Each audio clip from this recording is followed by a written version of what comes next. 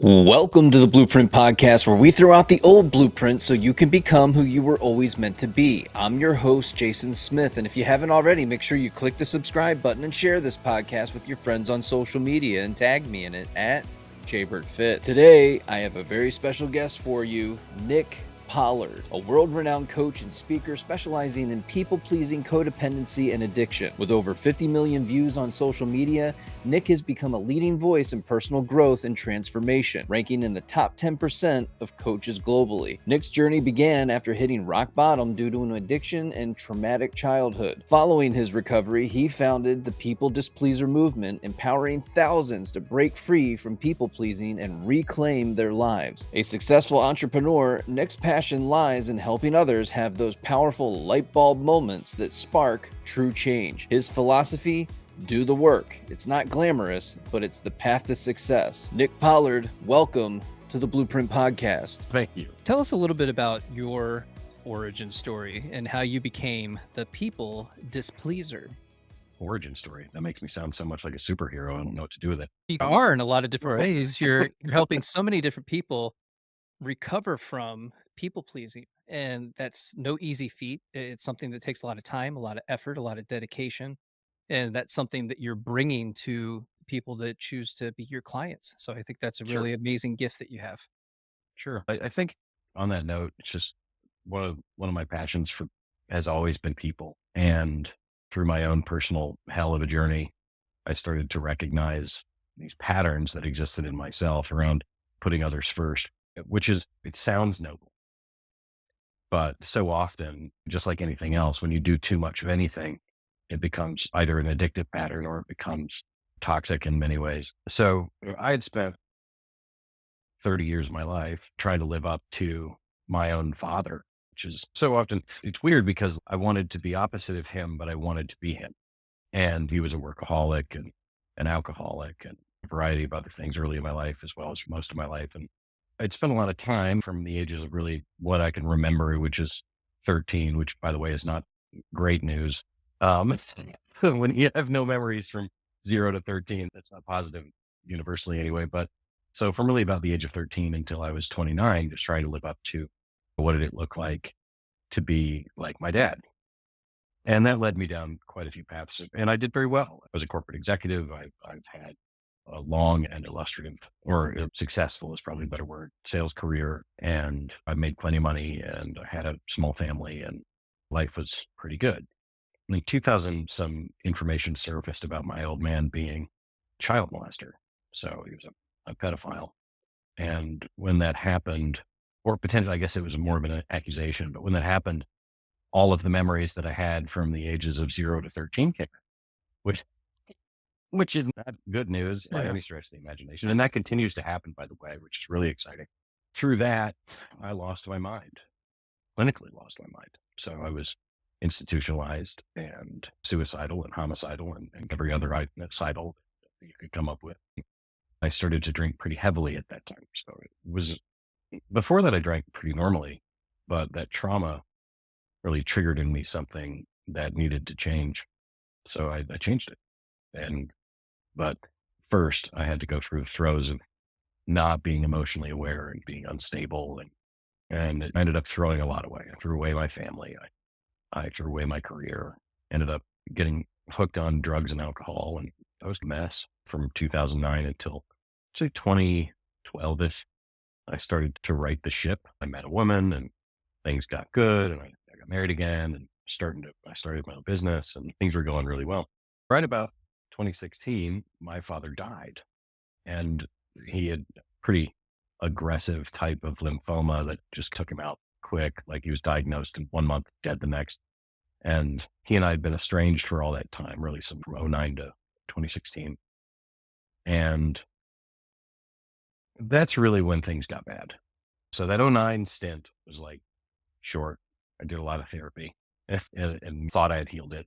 But I didn't realize, and I think that I do now, that those deep childhood wounds therapeutically don't really heal themselves. They require quite a lot of work. And so in 16, I started drinking again pretty heavily and I was married again, ended up throwing that marriage away again. And it was 2016, 2017, and partly through 2018, I was drinking 30 shots a day plus. And when they finally checked me into a detox, I blew a point 0.8 in 2018, I should have been dead, but I was on a medical detox for probably 6 days at that point. And I checked myself into rehab, and that was in April of 2018. So that was the first time I'd ever done a rehab stint. And I would say that shout out to New Beginnings Recovery Center. They did their very best to save my life, and they probably did. They're in Denver, and because I learned a lot, right? I learned a lot about managing pain, and I learned a lot about recovery, and I tried to figure out really who I was. But as most people who struggle with alcohol do, I bounced off the walls of recovery for about 2 years. First time in, I did about 9 months straight, and then I met a girl, and she and I were both in treatment, and the next thing you know, the thing that happens, and when you get with somebody who is great at sex because they're toxic, and you're really wanting to feel good about yourself, it's a winning combination for addictive narrative. Just can't stop. Just can't stop. So, but then she and I bounced off the walls of recovery for quite a while. About a year and a half, 2 years we were together. Went through COVID, mostly sobered up again. Like I said, I went through these periods where I'd go like 6 to 8 months and like fall off the wagon, like 6 to 8 months and I'd fall off the wagon, sometimes 1 month. And then in 21, so just post COVID, post lockdowns, we had bought a bus and we had renovated it, and it was beautiful. And we were going to travel the country and dick around, and I would work from the road and whatever, or we'd go do roofing or whatever, because I'm a roofing sales guy, or I was. And January of 21, we broke up. So there I was with this bus. Right. And it was a country song. She took my dog and she left my bus in Arizona. I had to fly from Baltimore to Las Vegas to go get it. So I had to take an Uber from the Las Vegas International Airport to Havasu, Arizona, to go pick up this bus. I was fortunate enough to have a friend of mine come with me, and pulled into Huntington Beach, California, I think on January 11th, or no, January 9th of 2021, and parked my bus at my friend Joe's house here in Huntington Beach and stayed in his Airbnb while I tried to figure out a place to put that monstrosity. It was a 40-foot Bluebird Wander Lodge. It's not a small lot. So I figured out where to put it, and then started to recover again on January 11th. Fast forward, so recovery is recovery. Every time you do it, you sweat a lot. You feel like a piece of shit, and you eat Sour Patch Kids, and you go to AA meetings, and it's kind of the same deal, just rinse and repeated for all those years. And so I went through that, and then I did a good 2 months of AA. And then in March, I started to notice that the stories in the anonymous rooms were all pretty much the same, and that I wasn't really getting much out of it in the way of growth. Right. So I started writing these letters to myself, and they were like, here's what you're going through, and here's how it sucks. And I can share those with your audience too. If you like, I'll just put them up on a website and let you guys read them. But Yeah. through that, I started to realize in this catharsis of just tears and eating Sour Patch Kids and working out. That was it. I go get a thing of chicken salad from the grocery store and a bag of Sour Patch Kids, and I would go to the gym. I'd go to the gym, and then I'd go get the chicken salad and Sour Patch Kids, and buy a bunch of monsters. I'd dump home, and I just do that every day. And then I was getting jacked, and it was huge, but You lost me at the monsters. I'd like 4 or 5 of them. Yeah. And by the way, I was drinking so many of them, I would just sleep like a baby. And so there I was, I guess at quite the middle of the night. I guess it was around 7:00 in March, probably around the 4th of March. And it came to me all at once. Like, you've been living your life for everybody else for 40 years. And there I was at 40 years old at the time. And I didn't have anything to show for it. I didn't have a life that I liked, and I felt like a miserable piece of shit. And then, just to be completely candid, I was ready to just end it. Like, I was just done. And it wasn't that I was like suicidal in the way that I was in that kind of sadness. I just didn't see much point to it anymore. Right. Because I'd lived my life in a way that wasn't fulfilling. I lived my life in a way that made people like me, but it made me hate me. And so I got online and I Googled what countries are open post-COVID. Because it had just occurred to me, it's okay, if we're going to be fucking miserable and everybody's going to be mad at us anyway, we may as well do something we like. Right. Yeah, may So, as well be in Costa Rica, right? and it's incidentally, you say that because Costa Rica was the first country that opened up. Uh, And I was like, It's the screw it. influencer's paradise. It sure is. Yeah. So I bought myself a ticket to go to Costa Rica, and I thought I'd just be there a couple of weeks. Like I'd just do a little vacation. I'd never traveled the world by myself. Like I'm going to solo travel and I'm going to do some things. I got there and I was in my Airbnb and my now girlfriend had joined me. So it didn't turn out to be a solo trip. Still a lot of fun. And we were both in a toxic spiral, not together, but like getting out of a toxic spiral. And I looked at her one morning and I said, I don't think I want to stop doing this. And she's, can we afford to keep doing this? And I said, if we go month to month and we stay in the same places, so I figured out the travel hack was like, if we can fly once and be there for 3 months, then yeah, we can afford to do this because that's the biggest expense of the plane ticket. And she was like, all right, where do we go next? So I got online and I Googled and found out Cancun was open. So we went to Cancun and we were there for, I guess, 6 or 8 weeks and then came home to California for about 3 days, picked up some more stuff, put a bunch of our stuff in storage, rearranged our lives, and then fucked back off. And we ended up traveling the world for 2.5 years while I just spent that time to figure out who I was. I think people that experience huge childhood trauma, they don't spend enough time in the aftermath. They're always trying to move on, right? And getting comfortable with that pain and just being sober for that whole year. I traveled the world sober for an entire year, changed the way that I saw life a lot because I realized that there were a lot of people that had it a lot worse than me. I realized that despite my dad being that kind of abusive and an alcoholic and a prick and the answer, all that stuff, like he was just another flawed human being. And it wasn't that he didn't love me. It's just that he was very sick. And it turned out that I was also very sick. And I came to the realization along that line that I didn't come from nowhere and neither did he. And that's how I started down the forgiveness path. More than that, I started to forgive myself and started to really ask myself questions. What does it look like if I invent the version of me that I'm proud of? Right. Because I think there's another kind of component in this that I'm starting to kind of play with now in terms of like people saying to me, I don't know who I am. And yeah, you do. You know exactly who you are. You just don't like it. And you don't like it because you didn't spend the time enough to do what healthy people do in childhood, which is invent yourself. You didn't spend enough time in play. You didn't spend enough time learning. You didn't spend enough time doing the things that needed to be done for you to be a happy character. And so that's what I figured out. Fully self-actualized. I'm a big fan of Avatar: The Last Airbender. And if there's a moment in there where he, gets electrocuted by a person and it blocks everything. And that's what I think childhood trauma does. It blocks everything. And it's not until you take a big hit, like right in the spine, that you can come back to life at your core. And I'd taken enough big hits. And I think the one that I needed for me was at the time was just to say, screw it. Like I'm going to make everybody mad at me. And it is what it is. My kids are mad at me and my mom was mad at me and her parents were mad at her. She ended up getting a divorce. Everything was just a mess. It was this beautiful disaster that I was able to orchestrate because I was like, you know what, I'm just going to be me. I'm not going to attach myself to many outcomes. I'm just going to let the chips fall where they may and see where this thing goes. And through that, I guess we've been traveling for 3 months and I took this coaching course. It was like how to launch your coaching business in 3 to 5 days. It turns out all they were going to tell me to do that was useful was like, Make videos. right, make videos. Thanks, guys.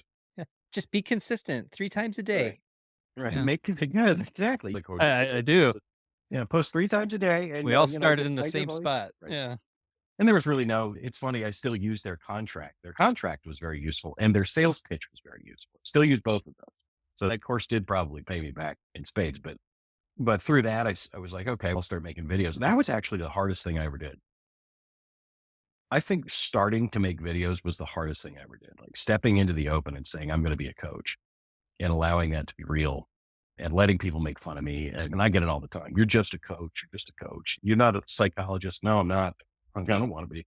What people don't realize is the amount of stretching that occurs when you first decide to do that. So you've been a people pleaser your entire life and you've Right. been extremely chronically resilient with going through all of these trials and tribulations and starting and going back to where you started again and ending. And it's just constant back and forth. And you finally get to this place where you're stepping back and realizing, and I've never really allowed myself to be fully seen. When you first create those videos, they're awful. They suck. They're Oh absolutely God, they're horrible. so And you bad. look back on them now, it's like a couple years ago and it's, am I 16? What is this? Like, why would I make that video like that?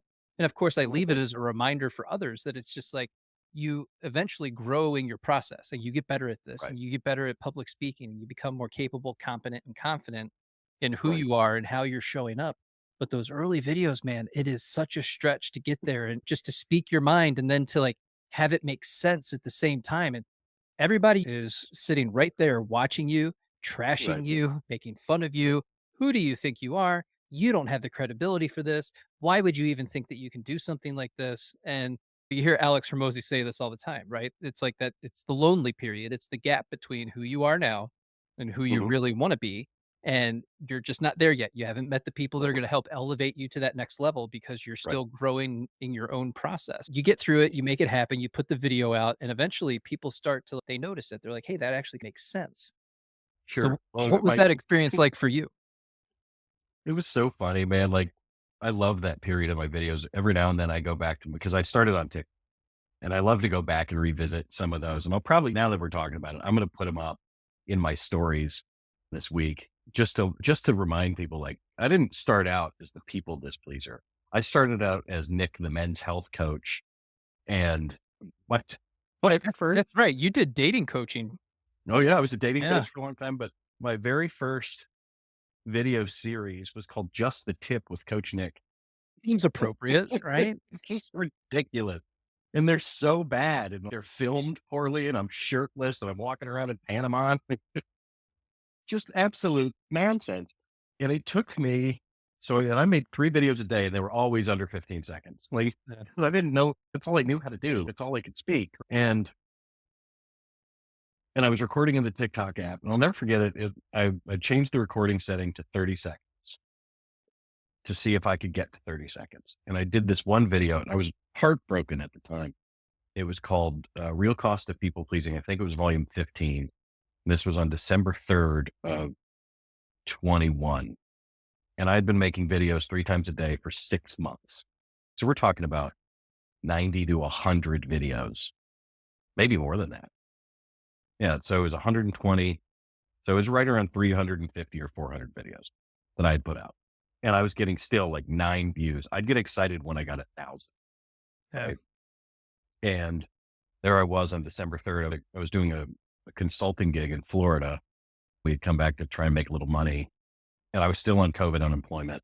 And like, what a disaster. And I posted this video and I forgot about it. I legitimately forgot about it. And so I woke up that morning.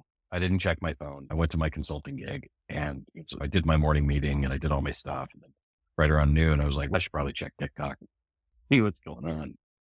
Damn thing had 50,000 views. And I thought, holy shit, like this is cool. And then it was like 100,000 views. And then it was 200,000 views. And this was happening like hourly. Yeah. Right. So this thing went to 1.5 million views inside of 12 hours. And the people displeaser was born. But so I go from having no followers, like literally 1,500 to 15,000 in 2 days. And then it stopped. Like full stop. No one was paying attention again. And the people that had seen those videos and liked them were seeing them, of course. Right. And they're like, these are great. And then they would share them. And then you do that slow growth over time. But every so often I hit a viral one and the algorithm gods shine on me and I get a bunch of followers. Yeah. And now I am 3,000 away from 1 million across all the platforms. So it's what a meteoric rise to fame. Here we go. And Always by the one, by the individual person. right. And people say I'm in a coaching course now. It's a men's group coaching course. I don't know if Dr. Glover is Dr. Robert Glover. Yeah. I've Wrote been No on More the Mr. Nice podcast. Guy. Yep. Oh, really? Yeah. He's a friend and my mentor. And He spoke to my men's group. he's a good friend and he's a mentor. But I'm in his course. And one of the things that's fascinating is just like how there's a lot of guys that are at that beginning part of the journey, right? They're like, you're so lucky that it worked. And I'm like, not really.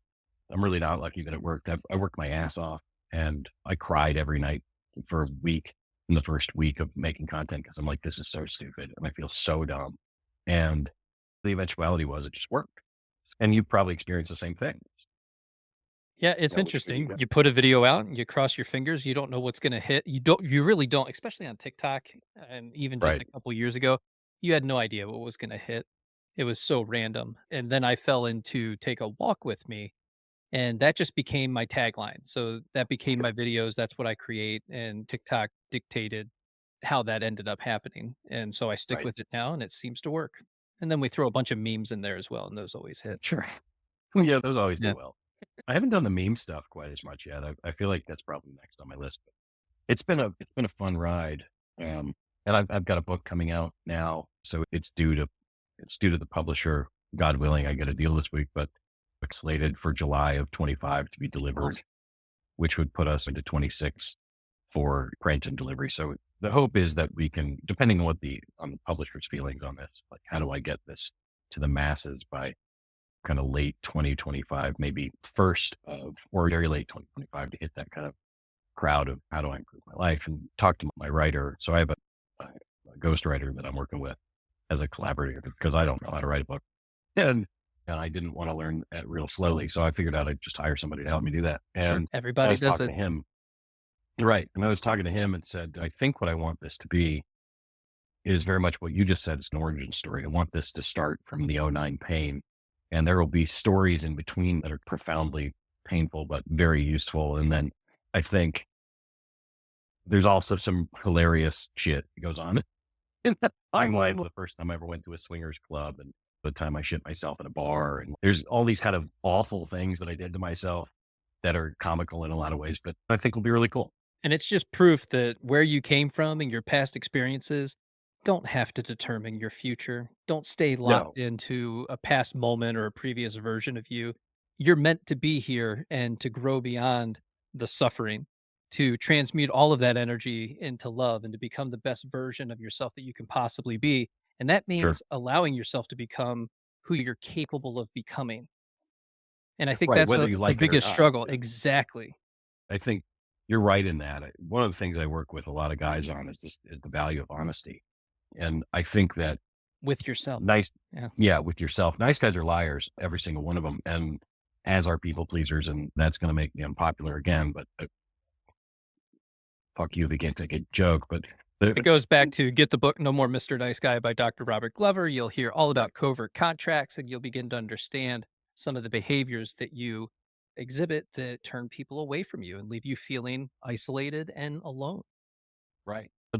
And if you look at what a people pleaser does, they engage in this kind of a toxic hope that people around them they just hope that people will help meet their needs or fulfill they just hope that the person that they love will change, or they just hope. It's always this hopefulness. And I think that also leads to what I call the narcissistic stepladder, where you meet somebody and they're really nice to you and then they treat you like shit a little bit.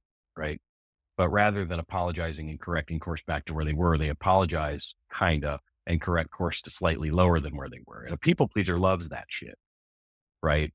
But as long as you keep going down that ladder, you're experiencing that kind of, well, they're changing a little, they're getting a little better. Right. But they don't ever actually get better. And I think that's why so many of the people I work with end up in relationships with these highly toxic people. And whether it's women or men, I work with both. I'm oddly shifting toward women right now, which is cool. I like that. But it really there's some variance in the system that I think not every disorder is a disorder. I think Jung said it best that neurotic behaviors are almost always a substitute for legitimate suffering. What are you avoiding? That's usually the question I ask. What are you avoiding? Because it's so much more powerful than what do you need to do? It's what are you avoiding doing? If you can figure that out, life gets pretty simple. One of the big questions that people often hit me with is how to actually identify what my boundaries are, but Sure. then also set and maintain them with other people in a way that doesn't push people away. So Bulletproof Boundaries, the free guide I offer does touch on this, but it's being revamped presently because I want to change it. But the first thing most people don't understand is that boundaries aren't set with other people. Your boundaries are set within you. And until you understand that component, and because of that, what happens is that they go out and they have all these awkward boundary conversations, and it pisses everybody off, and nobody wants to hang out with them anymore. And I think that all is, I think the problem that comes from that, of course, is you're not actually impacting how you show up in the world. Right. So one of the things I highlight in Bulletproof Boundaries is that your boundaries are about you. They are the line that delineates it's the line that delineates where the world starts and you end, and therefore where the world ends and you begin. And your boundaries really are only to define kind of four things with other people. Who do you allow in your life? How long do they get to be there? What do they get to do while they're there? And when do they have to leave? That's it. And when you put that in context, it's more about how you react or how you act in the presence of things that you feel are toxic. And are you willing to adhere to your own values and principles? One of mine, for instance, I value my time very highly, and I value my time with family very. So Sundays I am unavailable for anything. I don't care if it's your birthday. So if somebody calls me and says, "Hey, do you want to come out on my birthday?" I just say simply, "I cannot. I spend time with my family on Sunday." That's a boundary. That's all that is. I spend time with my family on Sundays, therefore I don't do anything on Sunday. Oh, okay. Most people are good with that, right? But if somebody asks me why, I'll say, I'm an adult. I don't answer why questions. This is how this works. Right. So I'm very assertive in that way. And I think where boundaries are concerned, that's the biggest misconception is that you have to set them with other people, or that you can set them with other people. They're not a rule book. It's not like you don't get to smoke cigarettes because that's against my boundaries. No, that's not how that works, right? If your boundary sounds like you're telling other people how to live their lives, then it's not a boundary, and it's going to piss off everyone in your life. And Universe. it's an area of opportunity for that individual that's trying to fix and change other people just so you can like them. It's recognizing Right. that it's actually a behavior you don't like.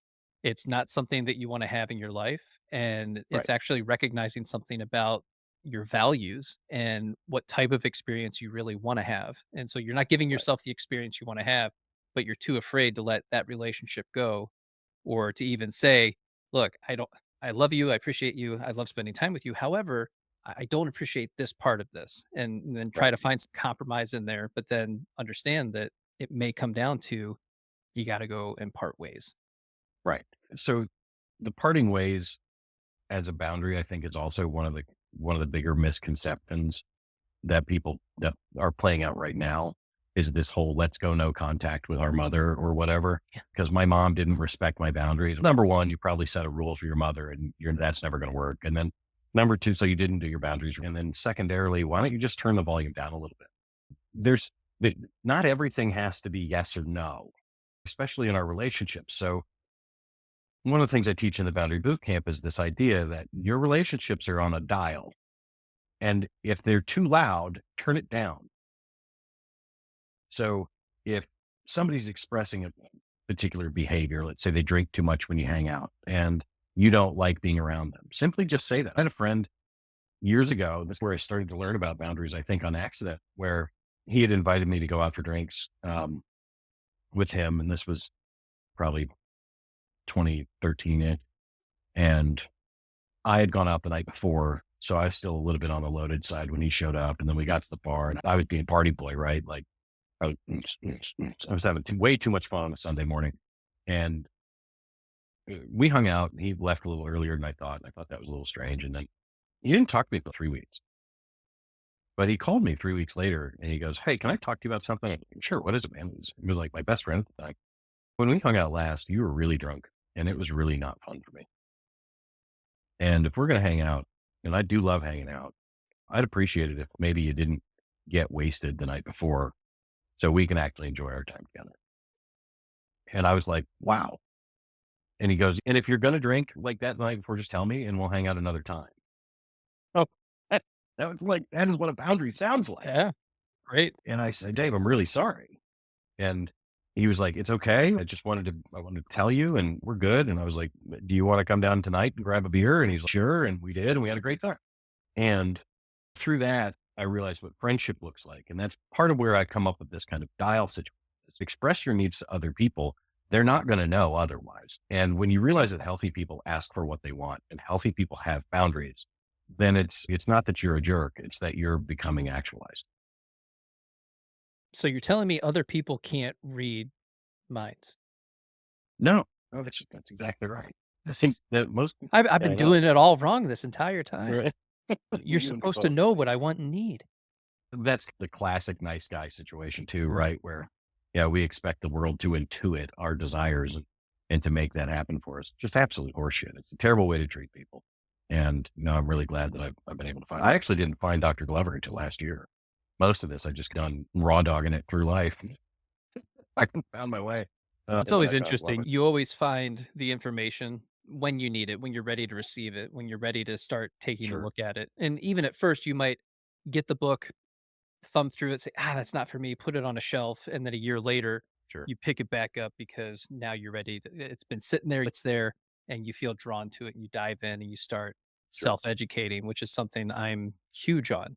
To dive into self-education and to acknowledge and recognize that it's your job to take care of you physically, mentally, emotionally, and spiritually, and to grow, develop, and evolve at your own rate. And that includes Right, diving in and finding the books and podcasts and coaches and other people that can help you out in the real world to right, develop yourself further, but then to actually put that stuff into action, not just have all the knowledge, but then to deploy it in real time in your life. And that's what right. makes all the difference. And those are all the things that you've done.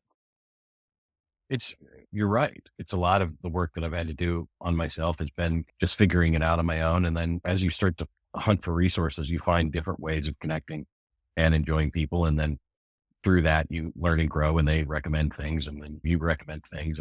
That's how life progresses. And I think a lot of people right now are stuck in the idea that life is not fun and it is. And it's only fun when you realize it's not supposed to be fun. Scott Peck says Mhm. that in The Road Less Traveled, life is hard. And until you realize life is hard, it's always going to feel hard. So, how do we push through that suffering that seems to be innate, that's pre wired into us? If you look at the cause of suffering, I think probably the main cause of suffering is outcome based thinking. So I have a potential client, big client that I'm trying to get right now. And I'm still a people pleaser and I'm still a nice guy. So that's a recovery process that goes on for a lifetime. And he had to reschedule today and having that, oh no, I'm not good enough moment. You're going to leave me. This isn't going to work. You're not going to be my friend anymore. And There is that fear of rejection that yeah. you go through. And so I sat with myself right after the text came through before I did what I normally do, which is like freak out, send a bunch of text messages. And I just put my feet on the ground and ask myself, as I ground myself, put my feet down, be where my feet are, and ask myself, what is the outcome I'm attached to that's causing this level of suffering? And whether it was money or prestige or whatever. And I came up with an answer and I'm like, okay, so what would it look like if I was just curious about that to let that pass? I did. And that is usually how I do it. It's just as soon as I feel that suffering come on me, I'm like, okay, that's usually outcome based thinking. What am I focusing on? That's not real, right? I have done the best work that I can do. And that's why I keep attracting good clients. And the result of that is that I get to be me. And if this is not my client, then it's not my client. And that's okay. So to answer your question, like, how do we power through the suffering or how do we get through the suffering? You don't. You experience it and you learn to love it a little bit where you say, okay, I see you. I see you. What are you? I'm very curious. Very often, if I'm suffering, it's because my inner child wants something and I'm not giving it away, which is another outcome based thing. I'm trying too hard to delay my gratification, right? Because I've listened to a Jocko Willink podcast or something. And I'm like, I have to be disciplined or I'm a piece of shit, right? No, but I love what you did. So you're identifying your thoughts, feelings, and emotions. You're Mhm, acknowledging what you're going through, what you're feeling, how that feels in the body. So now we're going to dive into some self-soothing techniques, and that can look mhm, like grounding yourself, putting your feet on the floor, lying on the floor. Once again, with your feet on the floor, your knees bent up. Take that deep nasal inhale in and let that long exhale out through the mouth.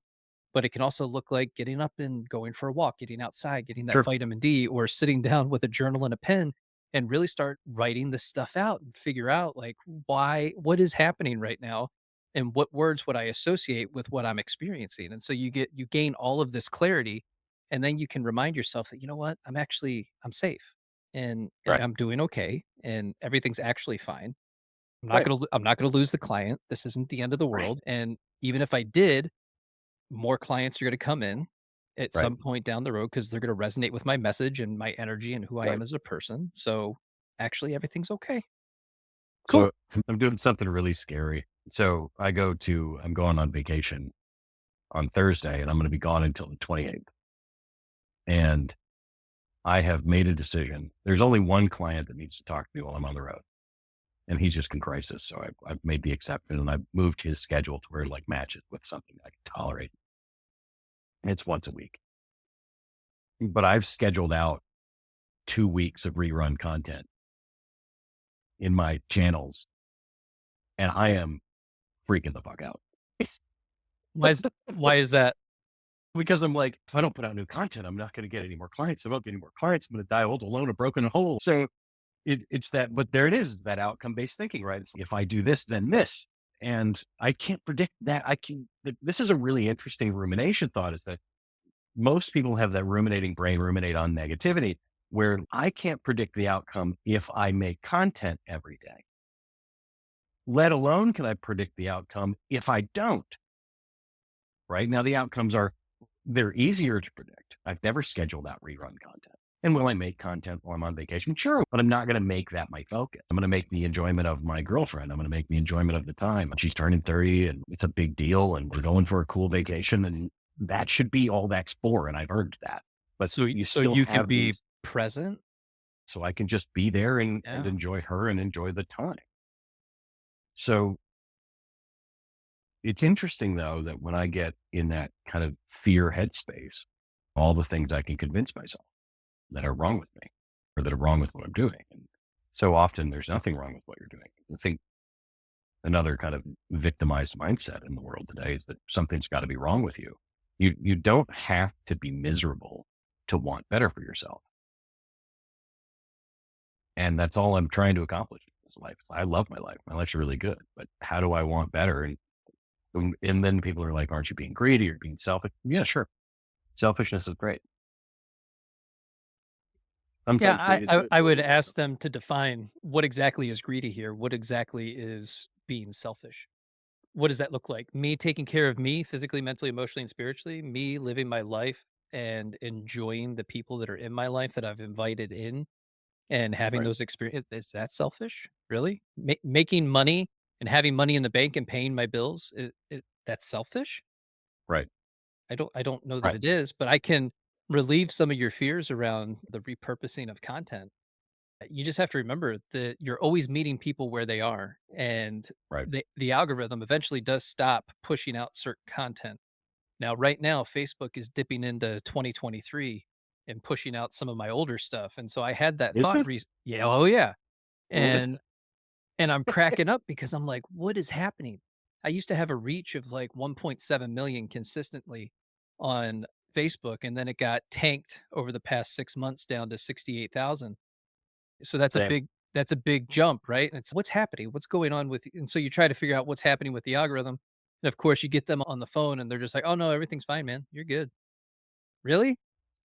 Because my reach dropped considerably and it doesn't make any sense. But now it's like back Right. on an upward turn, which is that's fine. I'm happy with it. But I started thinking if you take that old content and you start pushing that out, yeah, it's me at the beginning of my process of developing content, but somebody, just turned 25, 30 years old and they've never come across this type of content before. They're going to see that. Right. They're going to find it relatable.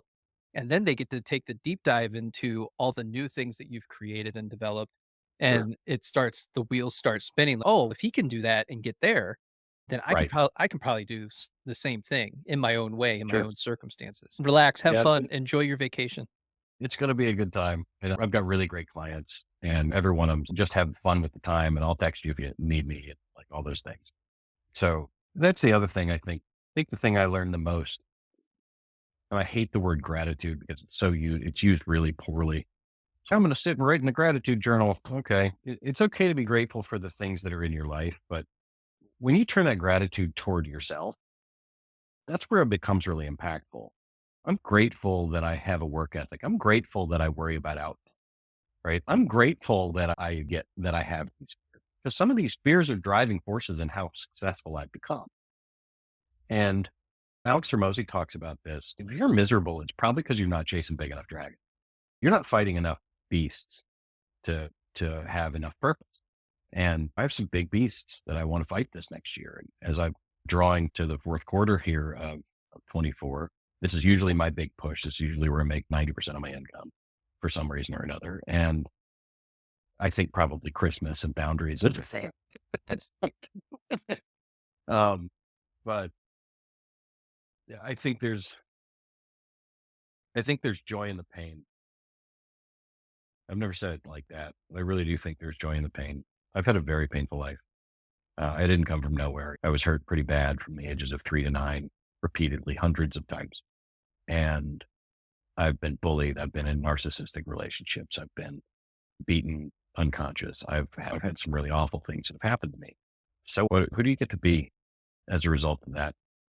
I think that I'm very lucky to have had to build my own empire. I'm very lucky to have had to learn to love myself. Very lucky. And I'm very grateful to myself for sticking it out all these years. Love that. Your mess becomes your message is something that you hear people like Dean Graciosi say all the time.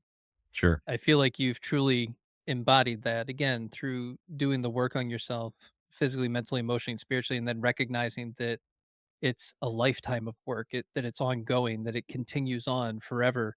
As some of these things begin to hit us at different points in time, you think you healed something, and then 10 years later, you're like, here it is again. And Right. instead of seeing it as this potential threat to your current experience, you're able to zoom out, step back, allow yourself to become the observer and recognize that I've actually already dealt with this. So you spend less and less time looking at that particular incident. You Yeah. finally allow yourself to move beyond that. It's such a difficult thing to do. What a amazing life that you have lived to be able to then turn all of that around and then be willing to help other people through their own process. That's extremely difficult because, like you said, you've got that client that's currently in crisis mode. You're still taking that on as well through your own process. I think that's the beauty of it. I think I think people don't, especially coaches. I don't know if they give their clients enough credit. I couldn't be who I am without my clients. The way that I learned from those people. I've not once in my entire career as a coach, spent 15 years on and off, had one friend come to me for coaching, but every single one of my coaching clients is my friend. I have people all over the world. I know that if I was to pick up the phone and call any one of those men or any one of those women, say, I need help, I'd get it. And that is what humans are. Humans are loving. And I've said this for a long time, that humans are good. We're born good. And as we turn into people, that's when we get twisted. There's never been a documented case of a baby that was born a racist, right? There's never been a documented case of a baby that was born sexist or misogynist or put an ist anywhere in there. There's never been a documented case. Why is that? Because humans are born a clean slate and we're born good. So if our default is good, if what's within us is always good, then how do we just encourage that to become more relevant? And I think that is the iteration of my message that's coming, is that if you can accept that internally you're actually good, then you just have to invent the person that you want to be. It's not about self-discovery anymore. It's not about finding myself. Where'd you go? You didn't get fucking lost. You're right there. It's about, how do I invent the version of me that is good for me? And I hope that's what my book does. I hope that when the book of Nick is closed and I move on to whatever's next, that the message that stays on the planet is that people are good. Human. Love it. Nick Pollard, thank you for being on the Blueprint Podcast. Tell everybody how to reach you and work with you. The best place you can find me is at nickpollard.com. Bought the website. So much easier that way. Or you can reach me at the PeopleDisPleaser on Instagram, Facebook, TikTok, YouTube. I've managed to get the brand for myself. I am launching since you're doing this, relatively soon, I am launching my Boundary Bootcamp. Will be coming out again in October. So the PeopleDisPleaser.com is where we have that. And I highly encourage you, if you're struggling with boundary work and don't know how to do that, hop in there, because it's a great community. We have awesome people in there. Got a really great community manager that's just super powerful. He's been with me now a year and a half. He's done the boundary boot camp like 5 times. He just loves it. Hop in there and hopefully we'll meet you there. Awesome. Nick, thanks for being here. Thanks for having me.